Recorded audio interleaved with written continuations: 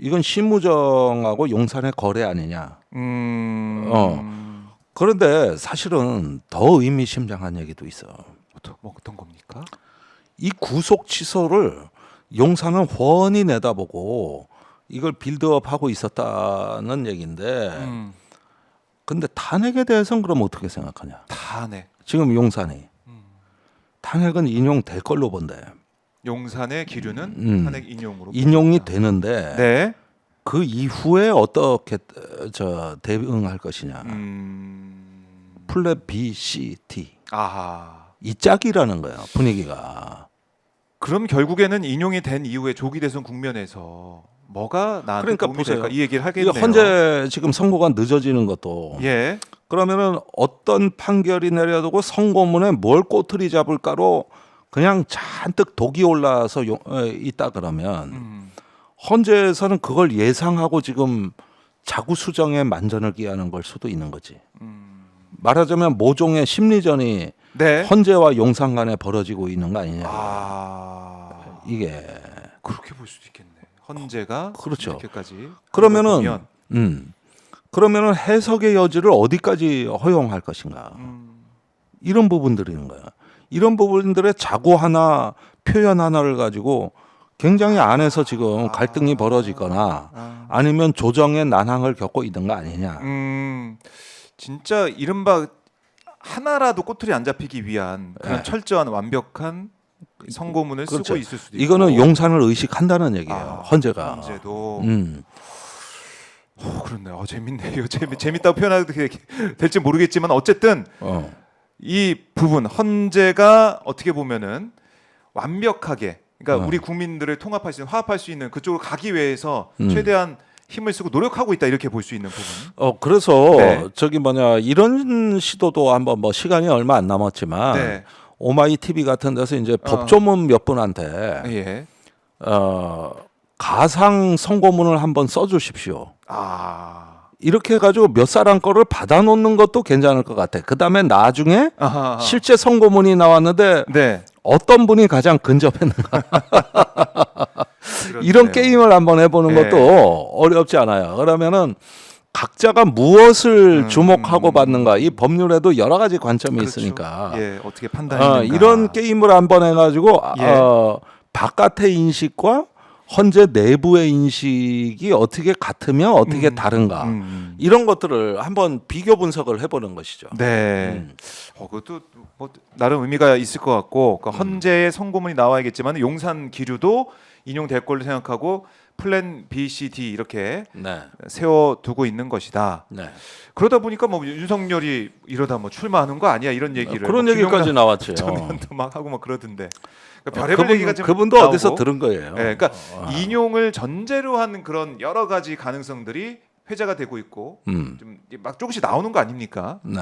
그러니까 윤석열이 이제 인용 되자마자 파면되자마자 마이크 잡고 나와서 뭐 김문수를 응원하든 네. 내가 나가든 뭐라도 할 거다. 예. 그거 준비하고 있는 것이다 지금 조용히 있으면서. 그렇습니다. 그래서 제가 여러분께도 좀 드리고 싶은 말씀이 네. 우리가 그동안 많은 걸 놓쳤는데 이렇게 유튜브도 많이 보시고 댓글도 올려주시고 그러잖아요. 지금 거의 뭐 전시 상황이에요 우리 시청자분들은. 그러는데 깨어 있습니다 계속. 이렇게 깨어 있다는 본인을 네. 내 자신을 스스로 확인하기 위해서 본인의 게시물들이나 기록물들을 남겨두세요. 어디 뭐 SNS도 좋고 네. 일기장도 좋고 이런 것들을 해가지고 남겨두세요. 그리고 의외로 그거 힘이 되고 자산이 됩니다. 나중에 다 모아보면은 네. 이 어떤 우리 시민들 안에서 벌어지는 별의별 얘기를 제가 다 듣고 있거든요. 예. 저도 항상 보고 그리고 있습니다 댓글로. 예. 우리가 언제 가장 가슴이 아팠는가 이런 것들 보면은 내가 공감이 많이 가거든. 그래서 좀 이렇게 아파한다. 네. 그러다가 어느 한순간 윤석열이 풀려나던 그 시점에서 우리는 거의 집단 공황 상태였어요. 맞습니다. 완전히 집단 공황이었어요. 그러다가 지금 그나마 조금 우리가 지금 정신 차리고 있는 거라고. 이게 뭐 전투력이 상승하면서 이러면 안 되겠다 우리 뭐 그냥 황당해하고 놀라고 가슴 아파할 때가 아니라 우리가 또 이제 바꿔 나가야겠다 이런. 그렇죠. 그래서 전투력 이제 상승. 다시 광장으로 모이기 네. 시작을 한 거거든요. 근데 거길 나와야 내가 같은 생각을 가진 사람들하고 따뜻한 손을 마주 잡고 연대하고 있구나 이런 걸로 위로받으시는 분들이 많은 거고 그렇죠. 예. 또 나오지는 못해도 사실은 굉장히 지켜보는 사람들이 많다는 거죠. 뭐 이제 오마이 TV 통해서 유튜브 통해서 실시간으로 보시는 분도 많고 예, 그렇습니다. 온라인 그러니까 오프라인이 아니더라도 온라인 통해서 보시는 분 많습니다. 네. 예.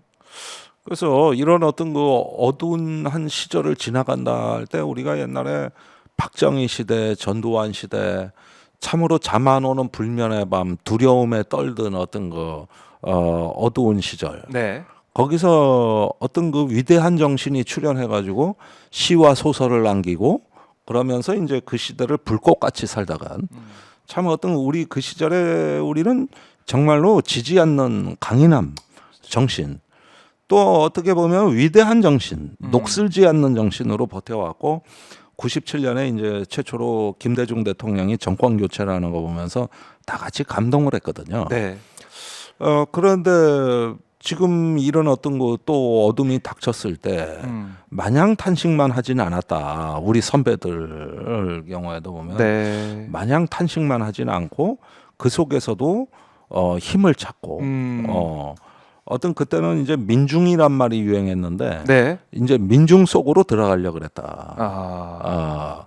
그랬던 것이 오늘날 민주주의의 초석이 됐던 거거든요. 그렇죠. 그래서 지금 뭐 저기 조국혁신당이 삼보일배를 한다. 민주당이 그 도보 행진을 한다. 여러 네. 가지 퍼포먼스를 하고 있는데 더 중요한 거는 네. 그것보다는 시민 속에 들어가서 이 헌법 재판은 국민이 하는 것이다. 또 시민이 하는 것이다. 네. 이렇게 하고 또 거기서 어떤 그 소통이 되고 연대가 되는 이런 어떤 정치도 한번 살펴볼 필요가 있다는 것이죠. 그렇습니다. 이 의미를 되새기면서 우리가 더 이제 앞으로 나가야 되는 그런 자양분으로 네. 삼게 되는 이 시간이 될 수 있다 생각도 듭니다만 어쨌든 빨리 파면 선고, 8대0 파면 선고 이것만 제가 뭐못 빠져라 기다릴 수밖에 없습니다. 그러니까 나는 네. 헌재가 예. 우리가 좀 섭섭한 얘기를 해야 되는 게 어떤 재판이 있을 때 대부분의 판사가 검사 변호인이 있으면은 선고기일은 언제까지로 한다든가 또는 그 선고기일이 변경되면 이러이러한 사유로 좀 늦춰야겠다든가 네. 뭔 말이란 게 있거든. 아니 내가 형사 예컨대 뭐 예, 사건에 지금 재판에 가는데 판결요? 언제 할지 몰라요. 자꾸 수정하고 있어요. 그런데 1주 지나고 2주 지나고 사람이 미치잖아. 그렇죠. 그래서 법원은 그런 식으로 일을 안 해요. 그렇죠. 근데 어찌된 일인지 헌법재판소는 늦어지면 왜 늦어지는지 그러면 다음에 언제까지 목표를 하고 있다든지 그런 게 전혀 안 나와서 이런 게 변론할 때는 브리핑을 하더니 네. 변론 끝나고 이게 무슨 뭐 꽝고기 먹은 마냥 어느 날 갑자기 철통 보안이라 그러더만 이러면서 그러니까 경찰이 이제냐 저제냐 해서 비행 금지 구역 선포하고 뭐 저기 차벽을 놓고 그러는데 이거 언제까지 해야 돼? 경찰 수뇌부가 그러면은 밑에서 언제까지 해야 됩니까? 그러면 나도 몰라 이 새끼야. 이래 짜증 낼 거 아니야. 아이고, 예. 리얼하게. 나은데. 예. 요즘은 경찰은 참 존댓말 하더라. 아, 예. 상하가네. 그럼요. 군대는 아직도 반말 안 하는데 거긴 존댓말 하더라고. 제가 어떻게 알아요? 재판관이 알지. 그래서 이 뭐 답답함을 계속 느끼고 이렇게 있는 하면은 거니까. 예.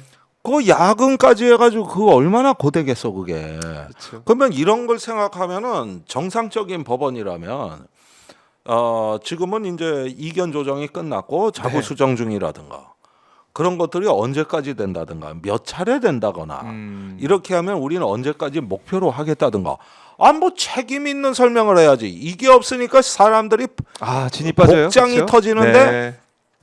그로 인한 이 정신적 피해를 누구한테 손해배상 받아야 되네.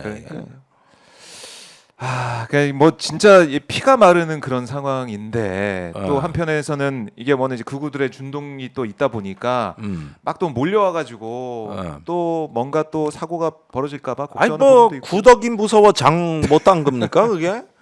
그럴수록 어떻게 보면 더 네. 책임 있는 행동을 통해 가지고 그래요. 그게 헌재 자신을 지키는 길이지. 이런데 그 눈치 보고 흔들린다 그러면 더 죽인다고 달려보는 건데. 예. 그런 약한 모습 보이면은 뭐 완전히 이제 선고가 있고 나서도 뭐 자기 보신하기나 바쁘지 헌재 기능이 어떻게 유지됩니까 예. 그게?